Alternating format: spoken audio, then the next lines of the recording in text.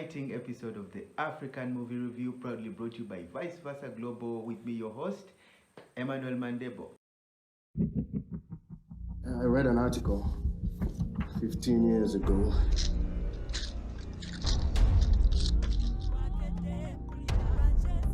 A place with a never-ending supply of water.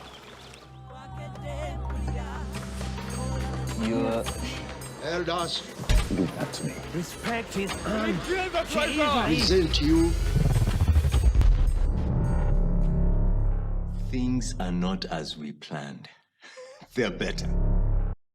Our film for today features an all-Kenyan cast with Raymond Ofula as Waga, Jacob Otieno as King Mufalme, Michelle Tiren as Zuri, Yuda, Claude as Jack, among others. The film Ensulo was written by Cissy Nalumansi, Tekla John, and Sarah Kimario.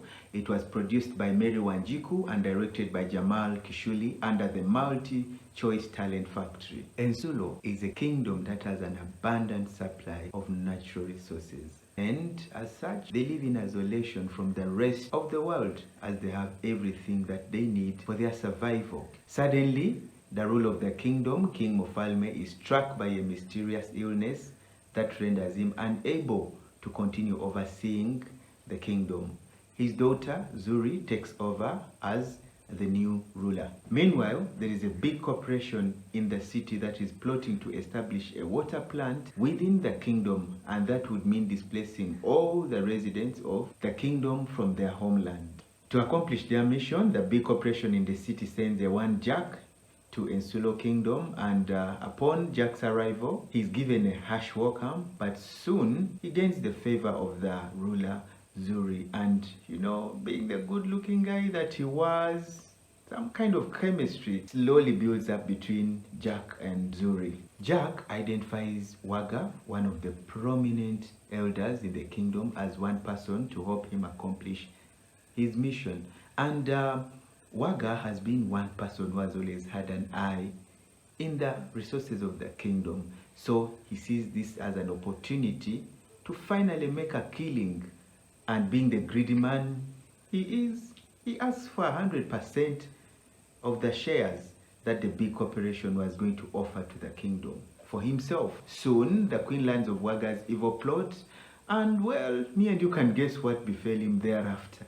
Moving on, the cinematography was quite convincing. The shots looked really expensive. Yeah, I think other elements were able to be blended in that made the shots look quite good. My only issue was the fact that more effort was put in executing the interior and night scenes more than some of the exterior scenes.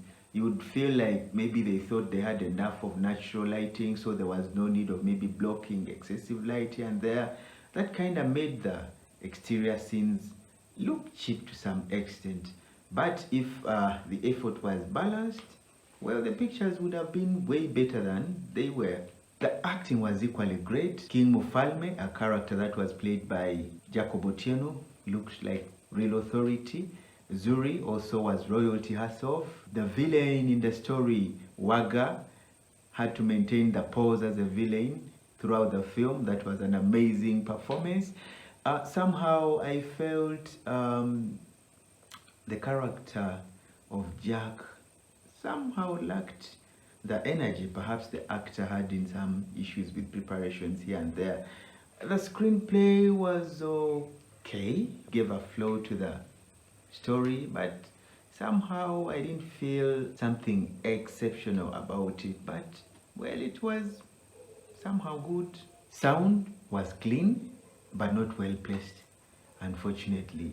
The effect of not properly placing the sound was seen on the energy levels of the actors. Somehow you'd feel the energy is on the faces of the actors, but then the sound maybe comes a little bit earlier or later.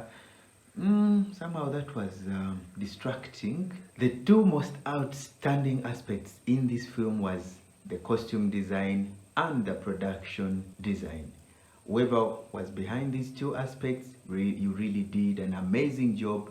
From the guards to the king to the palace, everything looked and smelled royalty. I liked how the whole palace was designed, and then the king and then the queen also. The costuming was, it was not the usual way you would see most, royals being dressed in the African, in most of these African films.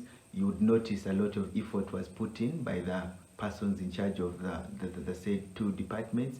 Why the costume designing and the production designing departments really ticked is that the two seemed to have worked hand in hand, and somehow they blended in. You'd see like the way the people were dressed at a particular location was matching their surroundings.